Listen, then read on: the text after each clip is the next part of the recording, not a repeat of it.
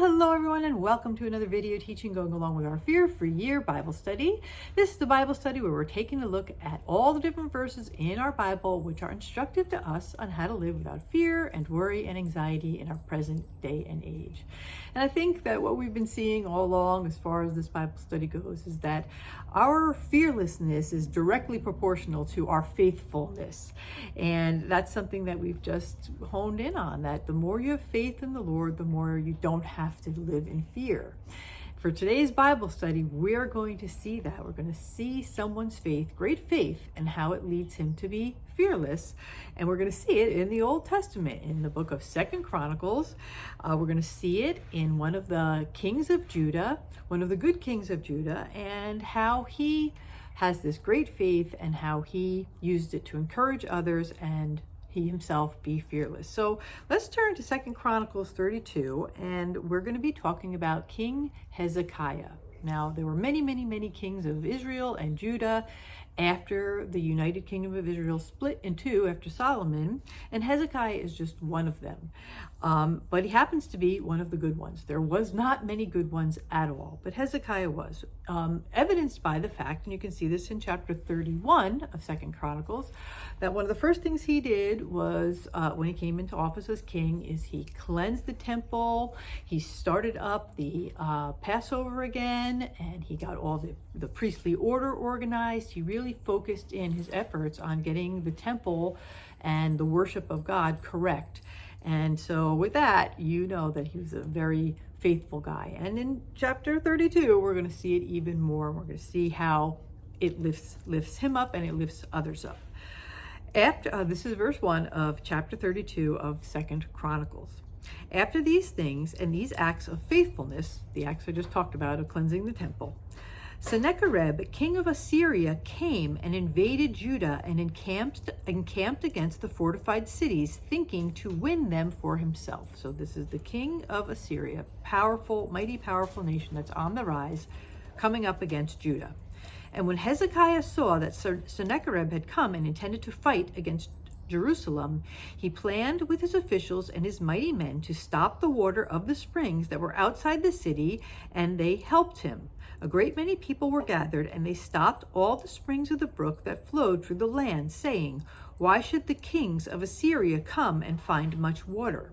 He set to work resolutely and built up the wall that was broken down, and raised towers upon it, and outside it he built another wall, and he strengthened the Millo in the city of David. He also made weapons and shields in abundance, and he set combat commanders over the people and gathered them to him in the square at the gate of the city, and spoke encouragingly to them, saying, and I'm going to stop right here because I want to just point out to you that Hezekiah hears that the king of Assyria is coming, and he goes into action. He does things. He does things to stop the water so that the king of Assyria doesn't find water there and think it's definitely someplace he wants to invade, or that he can use the water to help him. He makes weapons. He builds up the tower that had been broken down so that they can have a high tower to view their enemy from. So King Hezekiah goes into action. So I want you to keep that in the back of your mind when I next come to you with what King Hezekiah says to the people. So he gathers them together after he's gone into action, and he says this, and this is our fear-free verse. Verse 7. "Be strong and courageous. Do not be afraid or dismayed before the king of Assyria and all the horde that is with him. For there are more with us than with him." Verse 8. "With him is an arm of flesh, but with us is the Lord our God to help us and to fight our battles." And the people took confidence from the words of Hezekiah, king of Judah. So here you have it. Hezekiah telling the people, encouraging them, "Be strong and courageous. Do not be afraid or dismayed before the king of Assyria and all the horde that is with him, for there are more with us than with him."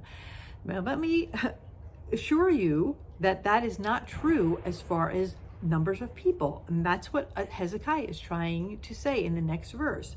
He says, there is more with us than is with them. And at that point, the people are saying, "Are you crazy? We're just a small army. This is the This is the nation, the kingdom of Assyria coming against us. And that's where Hezekiah adds, with him is an arm of flesh, but with us is the Lord our God to help us to fight our battles. And the people took confidence. So all Hezekiah is saying here is what we all need to say is, it doesn't matter how outmatched we look, what's coming against us, what kind of horde we're up against, what kind of giant wall we're up against, or what kind of terror we're up against. We have more with us than is against us because we have the Lord. The numbers does not matter. And you can see that Hezekiah is saying he is the Lord our God is with us to help us and to fight our battles. So that's what I wanted to point out to you, is that Hezekiah prepared. He prepared to fight. He didn't lay back and say, oh, God is going to take care of it. No. He readied the people, he readied the weapons, he readied the city, he cut off the water, he went into action. And then he encouraged the people by saying, the Lord our God is going to help us, and he is going to fight for us, fight our battles for us. So there is this faithfulness, this true faith that Hezekiah has, that the Lord is going to fight this battle for them, and that the Lord is also going to help them. So he has got the mindset that we are going to do our part, Lord, and yet we are trusting you to fight the battle. Come alongside us, and yet you're going to get it done. And this encourages the people, and I hope that it encourages you. If you are just thinking, I'm just going to wait around and God is going to do this for me, well, it very well might be true that God decided to come to your aid and do this for you, whatever it is. And yet you are called to prepare. Prepare for whatever it is that you want God to help you with. Do your part. Get up. Get the job. Go to school. Go on the matchmaking site. Do whatever it takes to get yourself ready and to do your part so that the Lord can either make his choice to help you by coming alongside of you, or to just do it completely himself. But either way, your positioning should be, I'm here, Lord. I'm here to do this thing with trust that you are going to help me too. All right. So we are, as Christ followers, not meant to just sit back and hear people say all the time, be still and know that I am God. Yes, you can patiently wait for him, and yet you can also be in action at the same time and not just sitting on your couch and just saying, God is going to do this for me. You can still be at work. And this is a balance that we have to have in our lives as Christians, that we are not trying to do this for the Lord, but we are trying to use our gifts and use our minds and use our body and our strength and our heart for the Lord to get into the game as well. And that certainly goes for the Great Commission. If you are sitting around waiting for people to come to you so you can tell them about Jesus, that is not how it goes. You need to go into action. You need to go find the homeless person or the lost person that's in your club or at your school. You have to go to them. You go into action. It's the Lord that is going to win the battle over their soul, but you can help him. And it's a beautiful thing that the Lord has allowed us to help us do what he can very easily do on his own. It's like a father who brings his kid to work with him, his little, let's say, 4-year-old. The 4-year-old is not going to be helpful to the Lord at work. And yet the father brings him to work, and it's more for the 4-year-old than it is for the father. But nonetheless, the action is there, that you want to go into action for the Lord, help him so he can do the work. And the joy comes to you where you're able to say, I got myself ready, I did all the things, and God dragged me across the finish line. Or God just did the whole thing and orchestrated everything in a whole different way, but I was ready. So do you see what I'm saying? You're a child of God, and with that, he calls you to partner with him in the things that he can do very easily on his own. All right. Now, I just want to continue on here in verse 32 because it's actually pretty interesting, and it's something that might happen to you as you're going along with your faith journey. When you make a stand like this and you just say something like, I know that Jesus is going to help me, or he's going to completely do this for me. I have complete trust in the Lord that he is going to fight my battle and win. You can rest assured that people are going to come against you. They're going to mock you. They're going to try to get you to back down in your stance, and they're going to try to get you to be less of a light, less encouraging to others through your faithful words. So you can see here that Hezekiah's words encouraged the people of Judah. They also believed in one true God, but obviously Hezekiah's faith was much greater than theirs. So they were encouraged by him sitting there saying, don't worry about it, God's got this. And right after that, we get Sennacherib and Sennacherib's officers talking smack, if you will, about God and trying to get the people to forget their trust in the Lord, and that they believe Hezekiah's faithful words as well. So in verse 32, chapter 32, verse 9, it says, after this, Sennacherib, king of Assyria, who was besieging Lachish with all his forces, sent his servants to Jerusalem to Hezekiah, king of Judah, and to all the people of Judah who were in Jerusalem, saying, thus says Sennacherib, king of Assyria, on what are you trusting that you will endure the siege of Jerusalem? Is not Hezekiah misleading you, that he might give you over to die by famine and by thirst, when he tells you, the Lord our God will deliver us from the hand of the king of Assyria? Has not this same Hezekiah taken away his high places and altered and commanded Judah and Jerusalem, before one altar you shall worship, and on it you shall burn your sacrifices? Do you not know what I and my fathers have done to all the peoples of other lands? Were not the gods of the nations of those lands at all able to deliver their lands out of my hands? Who among all the gods of those nations that my fathers devoted to destruction was able to deliver his people from my hand, that your God should be able to deliver you from my hand? Now therefore, do not let Hezekiah deceive you or mislead you in this fashion, and do not believe him, for no God of any nation or kingdom have been able to deliver his people from my hand or from the hand of my fathers. How much less will your God deliver you out of my hand? So the mocking and the obvious comparing of our God to these other gods of the other nations, which were not able to save the other nations. It is blasphemy, and that is what your Bible titles this, Sennacherib's blasphemy against the Lord, putting our God on the same level as these other gods, and trying to dismantle the people's faith in their God and also in their leader, Hezekiah, who encouraged them with these faithful words about our God.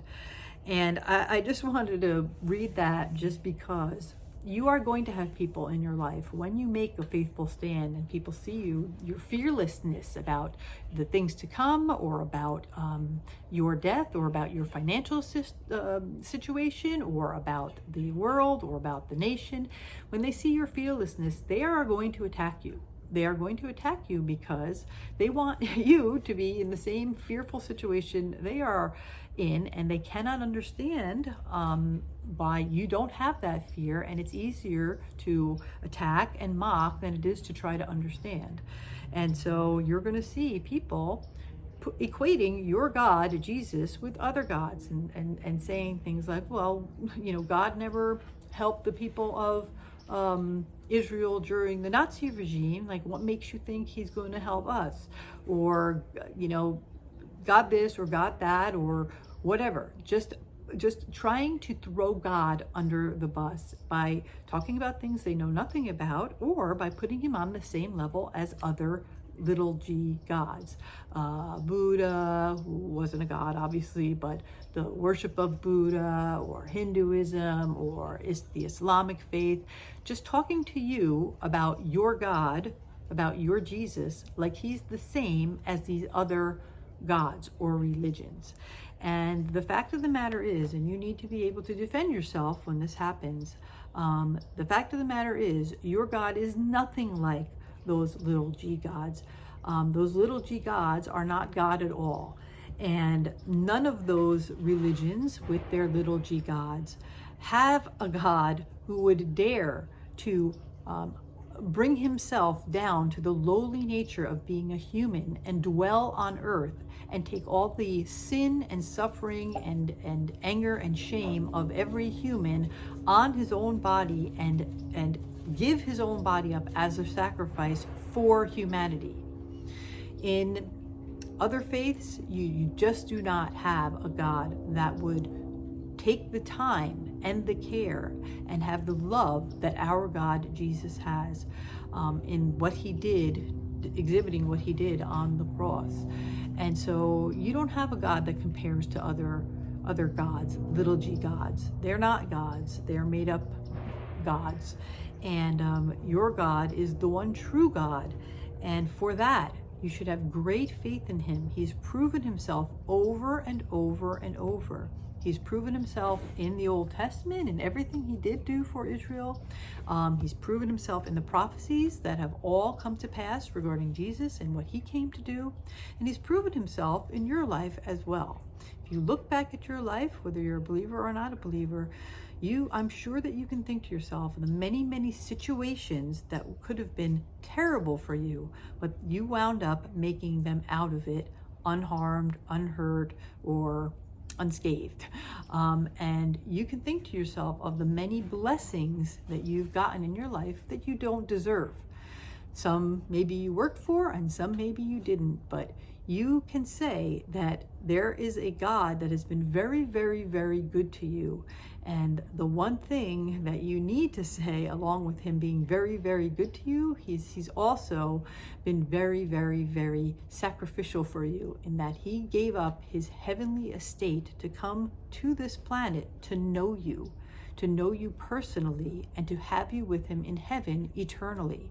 And there are no other gods in any other religion that would say that they would do that they would put themselves on the level of a human, you, just to be able to be with you forever. That is love, and that is the difference between our God, our big G God, Jesus, and the other little g gods, which are not God or gods at all. All right, I hope this is helpful, and I hope to see you next time. It's in Jesus' name I'm doing it all. Bye now.